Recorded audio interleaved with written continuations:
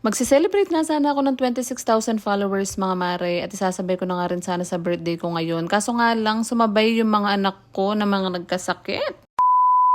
Happy 26,000 followers na nga tayo sa Facebook mga mare. Maraming salamat nga sa mga sumusuporta sa atin. Cancel nga mo ng celebration mga mare. Tara samahan nyo na naman ako sa aking ganap for today's video. Dahil 2 araw na naman yata akong hindi nakapag-upload ng mini vlog kaya hahabaan ko na. Chares. 2 araw nga naganap to mga mare at pinagsama ko na nga lang sa isang video. Pero sana tapusin nyo pa rin hanggang dulo, anak baka. So, sobrang busy ko nga mga mare na overdue na nga tong tubig ko at ngayon ko palang mababayaran. Sunod-sunod nga rin nagkasakit yung mga anak ko mga mare. Una nga yung panganay ko, nagkasakit siya ng Sunday, nilagnat siya ng 3 araw. Nung gumaling naman yung panganay ko mga mare, sumunod namang nagkasakit itong pangalawang anak ko na si Kenjiro. Ay no ko, sunod-sunod na lang talaga silang nagkakasakit. Medyo matagal-tagal pa nga yung katapusan mga mare kasi doon palang papasok yung allotment na galing nga kay Mister. Ko, buti na lang talaga pumasok na yung sahod ko sa Facebook. Diba? Tsaga-tsaga lang talaga sa pag-edit, pag-video, pag-voice over mga mare. Ko, kahit 0 cents pa yan, kahit 0.6 cents pag naipon sa isang buwan, Diyos ko, may sasahurin ka talaga. Bumili nga lang ako ng gamot, diaper, tsaka nga ng gatas ng anak ko mga mare. Tsaka na nga ako nagbayad ng tubig. At after nga nun, dumaan nga ako dito sa suki ko na nagtitinda ng mga lutong ulam. Ganun. Alam nyo mga mare, sa sobrang taas nga ng mga bilihin ngayon at pagtaas nga ng presyo ng gas, ay ko, wala na talaga akong karapatang mag-celebrate ng birthday, anak baka.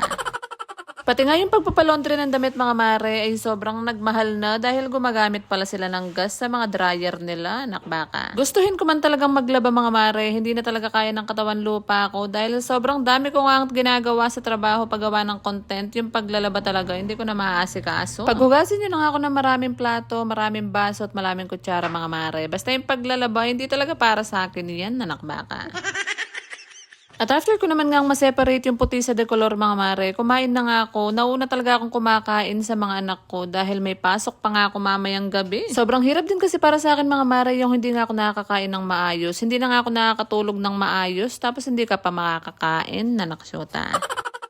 Kinagabihan naman habang naka-duty ako, ito nga ang anak ko, nagsilitawan nga yung mga rashes niya sa katawan talaga. Thank you for calling Unifin. My name is Estela. This call may be recorded. How can I help you?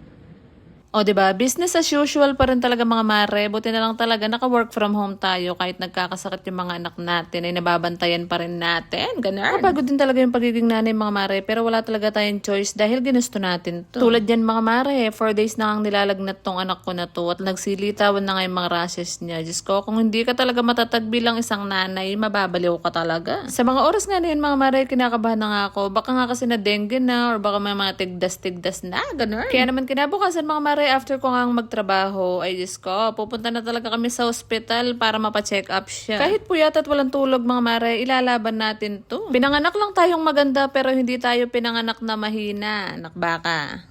Chares.